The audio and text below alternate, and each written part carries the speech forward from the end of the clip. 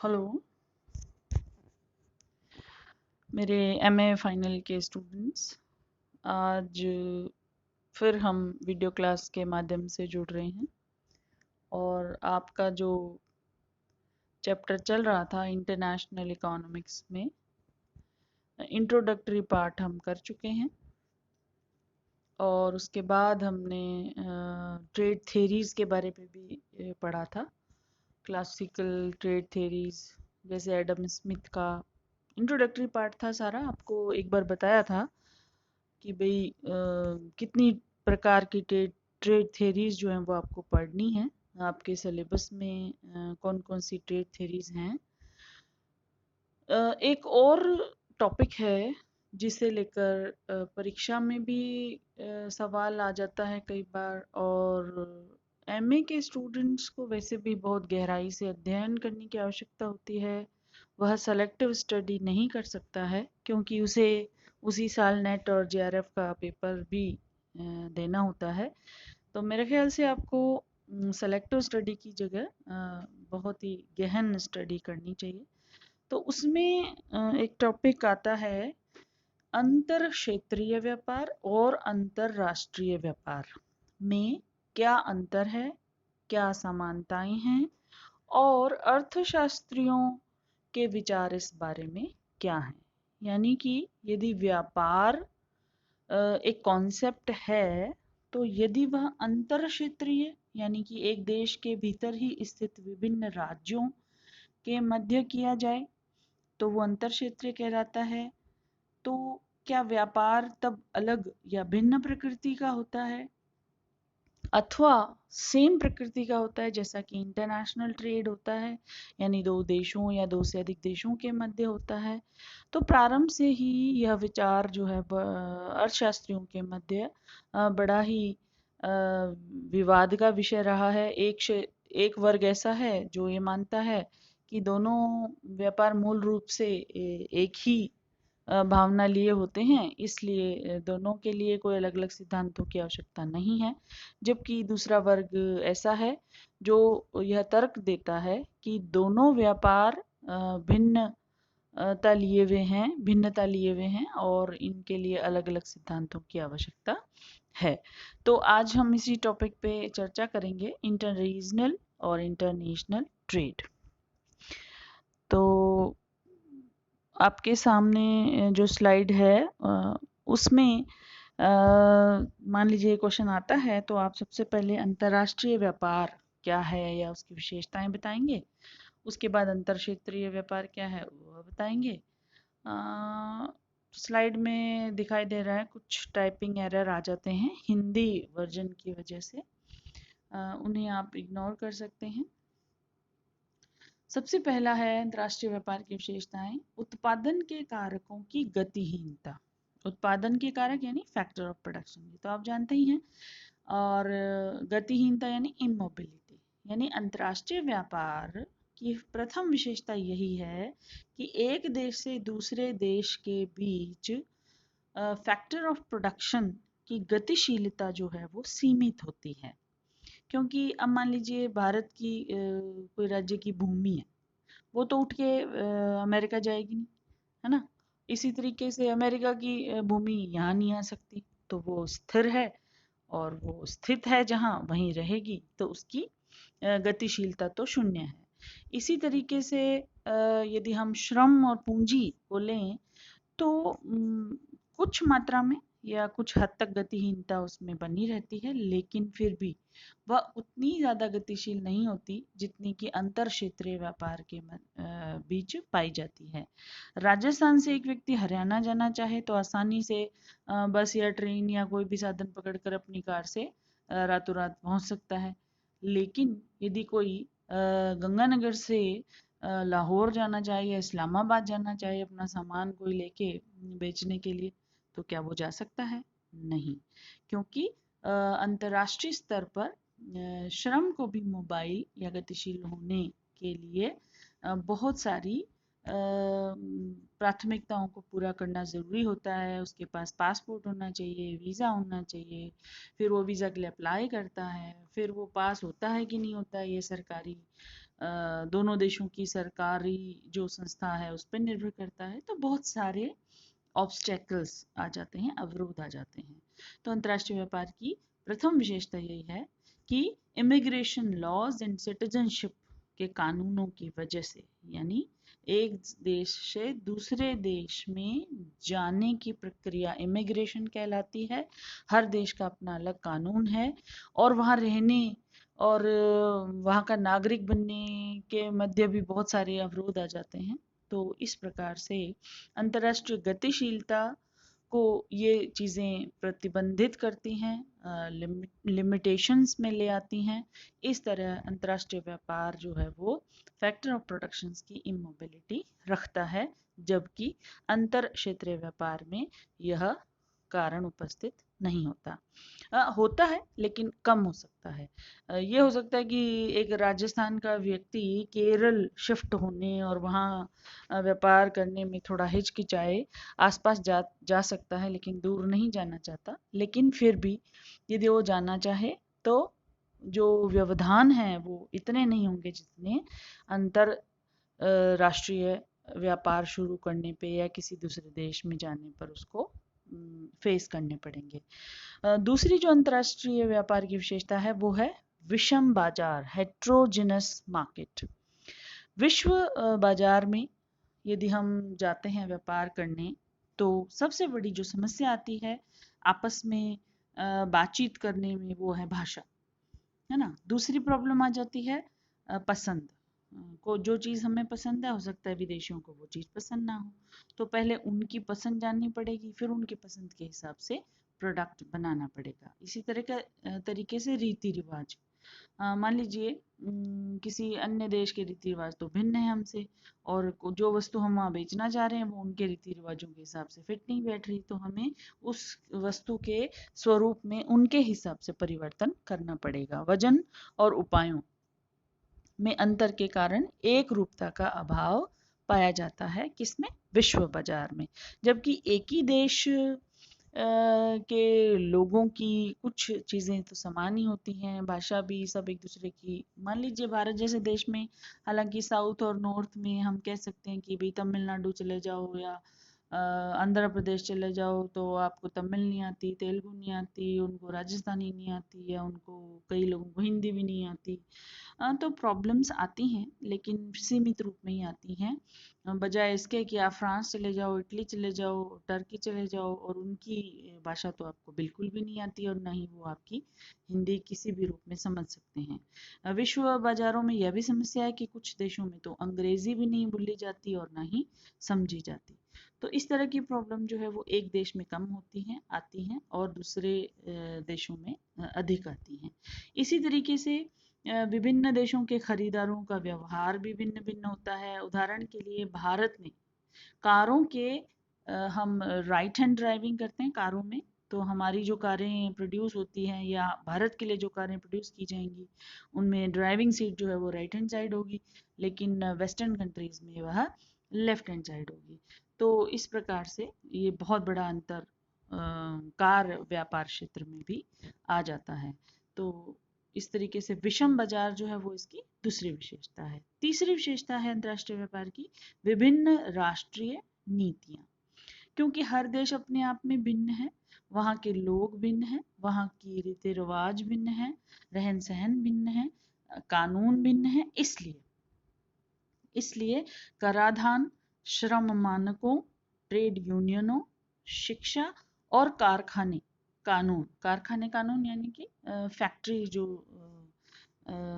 Factory से संबंधित जो कानून होते हैं, जो श्रमिकों से भी जुड़े होते हैं और उद्यमियों से भी जुड़े होते हैं, उन कानूनों से संबंधित सारे नियम कानून आदि अलग अलग देशों में अलग अलग पाए जाते हैं, जो कि बहुत ज़्यादा इक्वेलिटी या समानता नहीं रखते हैं।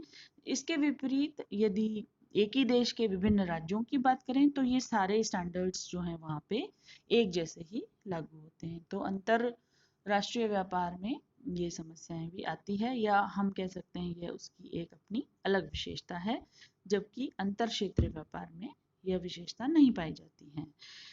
नेक्स्ट पॉइंट है स्टेट इंटरवेंशन, राज्य का हस्तक्षेप। निश्चित रूप से जब एक देश दूसरे देश के साथ व्यापार करता है तो वहाँ के उद्यमी व्यापार में संलग्न रहते हैं, यानी कि बिजनेस सेक्टर।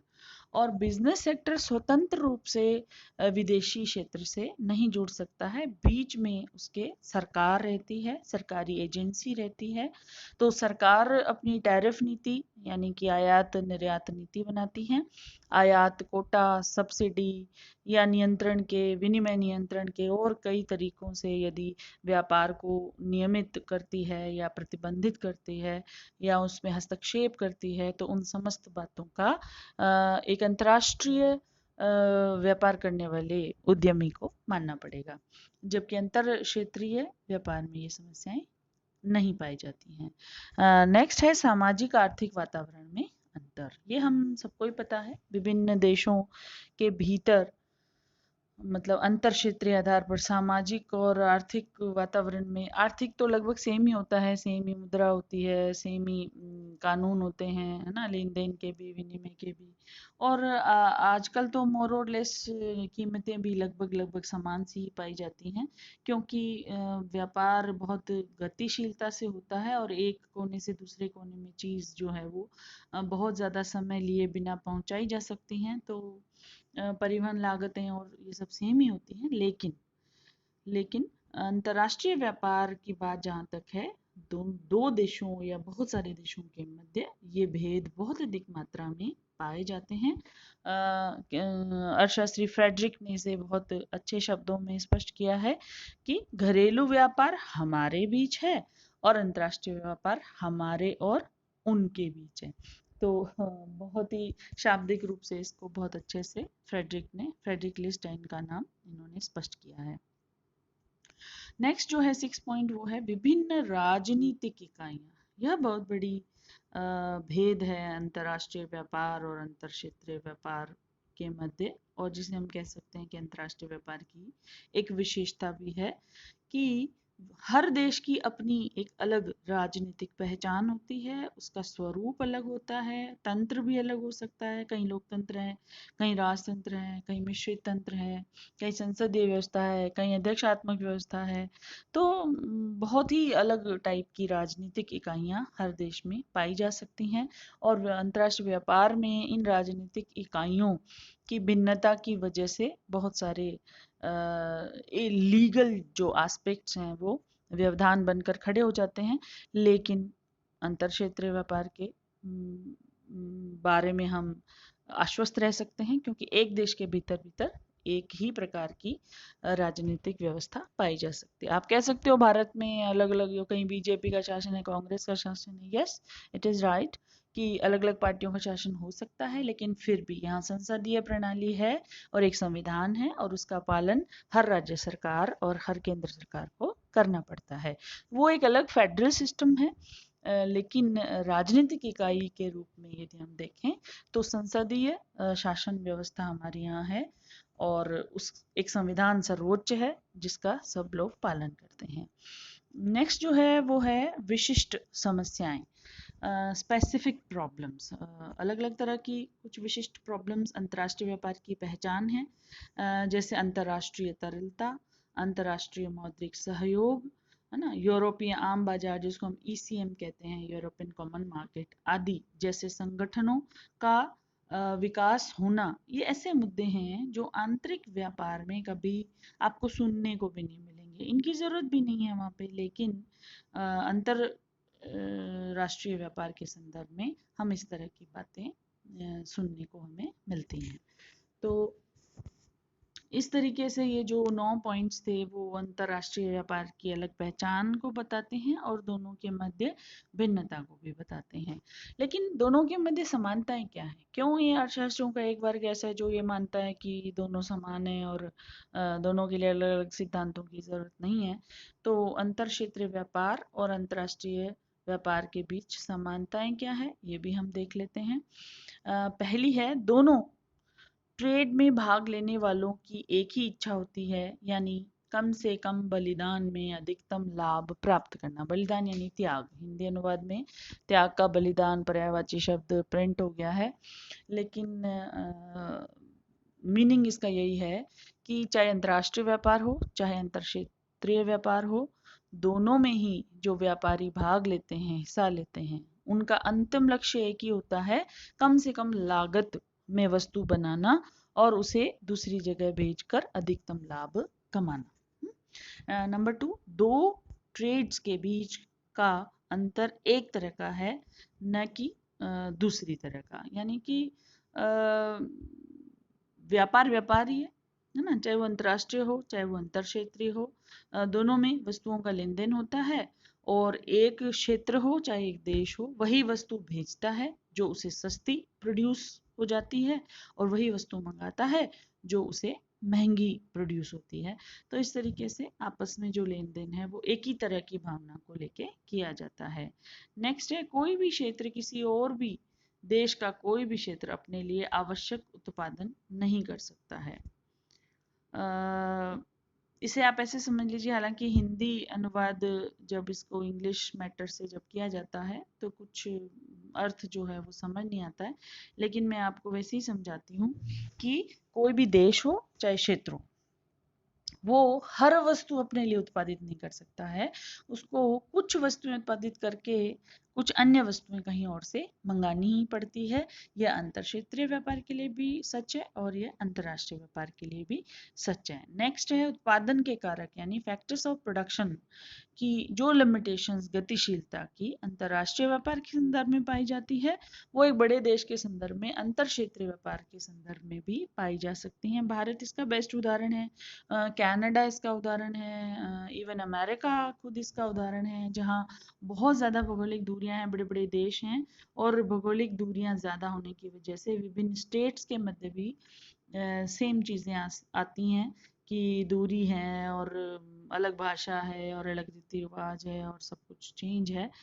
तो ये अंतर्राष्ट्रीय व्यापार के संदर्भ में भी ठीक है और अंतर क्षेत्रीय व्यापार के संदर्भ में भी ठीक है। तो नेक्स्ट हम चलते हैं, दोनों के मूलभूत सिद्धांत समान है। व्यापार क्यों किया जाता है, व्यापार कैसे किया जाएगा, है ना, ये सारी जो मूलभूत समानताएं हैं वो दोनों सिद्धांतों में हैं। और दोनों जो है ट्रेड जो है वो डिवीजन ऑफ लेबर, श्रम के विभाजन के कारण है। श्रम का विभाजन का विचार एडम स्मिथ ने दिया था, और उसका ये मानना था कि हर श्रम जो है वो हर कार्य में निपुण नहीं होता है। जिस कार्य में जो श्रम निपुण होता है उसे यदि वही कार्य करने को मिल जाए तो वह उसमें विशिष्टता हासिल कर लेता है और कम लागत पर अधिक उत्पादकता देने में समर्थ होता है। तो इस तरीके से दोनों ही ट्रेड, चाहे अंतर क्षेत्रीय हो चाहे अंतरराष्ट्रीय हो, दोनों ही व्यापार श्रम विभाजन के कारण ही पैदा होते हैं और संभव बनते हैं। नेक्स्ट है, दोनों ट्रेड्स में लोग उन वस्तुओं का उत्पादन करने में माहिर होते हैं जिनमें उन्हें तुलनात्मक लाभ होता है। रिकार्डो ने 1817 में जो तुलनात्मक लाभ सिद्धांत दिया था वो आज भी उतना ही माना जाता है अंतर्राष्ट्रीय व्यापार के क्षेत्र में, कि दो दो देशों में के मध्य हो चाहे दो एक ही देश के दो राज्यों के मध्य व्यापार की बात हो, व्यापार तभी दोनों में संभव होगा यदि दोनों को वस्तुओं के उत्पादन में तुलनात्मक रूप से लाभ प्राप्त होगा। अन्यथा दो चाहे अंतर क्षेत्रीय प्रदेश हों चाहे अंतरराष्ट्रीय देश हों, व्यापार नहीं करेंगे। तो जिन जिन आधारों पे हमने अंतर्राष्ट्रीय व्यापार की विशेषताएं बताई थी, मैंने साथ साथ में उन दोनों में उन सारे पॉइंट्स में जो 9 पॉइंट्स थे अंतर भी बता दिए थे। यही अंतर यदि अलग से लिखने हो तो आपके पास फिर से इनको तथ्यों के रूप में रखा गया है। अंतर क्षेत्रीय व्यापार अंतर्राष्ट्रीय व्यापार के बीच अंतर, पहला उत्पादन के कारकों की गतिहीनता यानी फैक्टर्स ऑफ प्रोडक्शन की इमोबिलिटी, उत्पादन की स्थिति में अंतर, प्राकृतिक संसाधनों में अंतर। इसमें आप कह सकते हो जैसे मान लीजिए यूएई और सऊदी अरबिया के देश हैं, वहाँ पे तो तेल बहुतायत से पाया जाता है, जबकि बहुत से ऐसे देश हैं जहाँ तेल पाया ही नहीं जाता, उनको सारा का सारा इंपोर्ट करना पड़ता है। लेकिन जहाँ तेल बहुतायत से पाया जाता है वहाँ एग्रीकल्चर नहीं हो पाती है।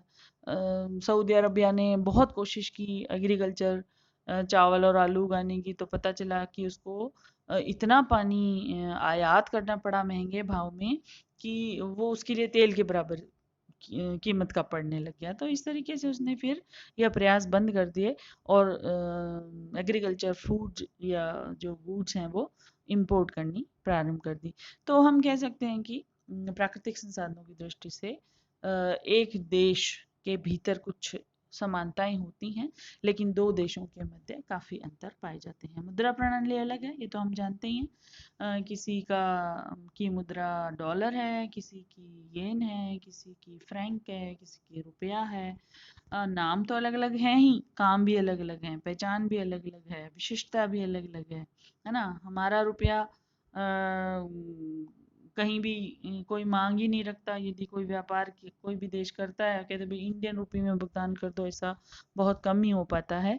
जो बहुत ही कमजोर हमारे अड़ोसी पड़ोसी हैं वो भले ही इस बात के लिए मान जाए, वो भी बहुत प्रेशर डालने पे, अन्यथा सबको बहुत ही विशिष्ट मुद्राओं में भुगतान चाहिए होता है। अंतर्राष्ट्रीय व्यापार का भुगतान प्राप्त करते समय वो या तो अमेरिकन डॉलर में मांगेंगे, या यूरोपियन यूरो में मांगेंगे, या फ्रैंक, जो भी ये मुख्य मुद्राएं होती हैं, इनको हॉट मनी कहते हैं, इनमें ही व्यापार का भुगतान मांगा जाता है। तो हर देश की मुद्रा प्रणाली अलग है, लेकिन अंतर क्षेत्रीय व्यापार में ये समस्या बिल्कुल नहीं आती है।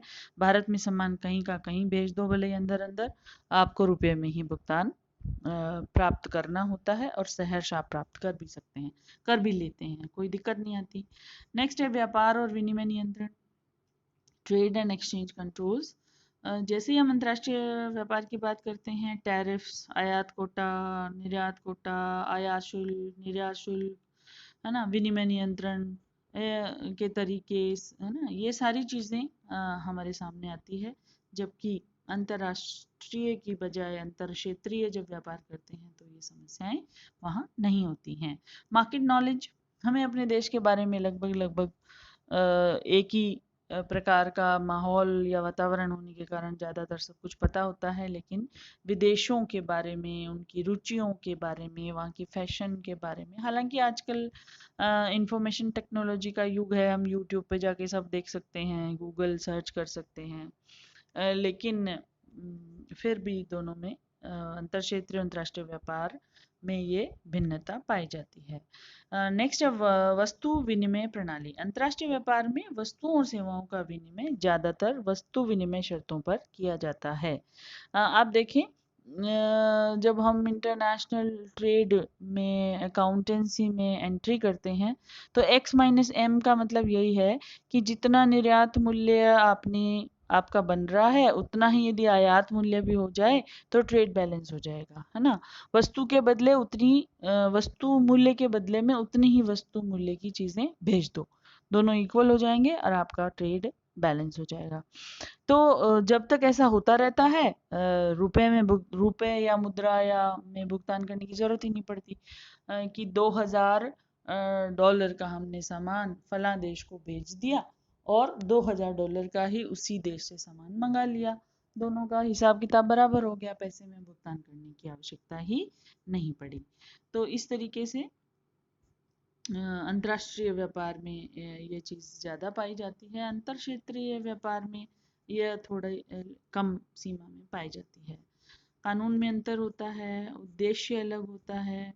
ये सारे पॉइंट्स आप दोनों के मध्य अंतर को लेके लिख सकते हो। सांस्कृतिक भेद होता है, वही बात फिर आ रही है, भाषा, रीति रिवाज, है ना, आदतें, उपयोग की विशिष्टताएं, उनका स्वाद, रुचि, फैशन, ये सब चीज़ें अंतर्राष्ट्रीय व्यापार में ज़्यादा पाई जाती हैं बजाय अंतर क्षेत्रीय व्यापार के। तो इस तरीके से हमारा ये टॉपिक यहीं ख़त्म होता है कि इंटर रीजनल और इंटरनेशनल ट्रेड के बारे में क्या समानताएं हैं, क्या भिन्नताएं हैं।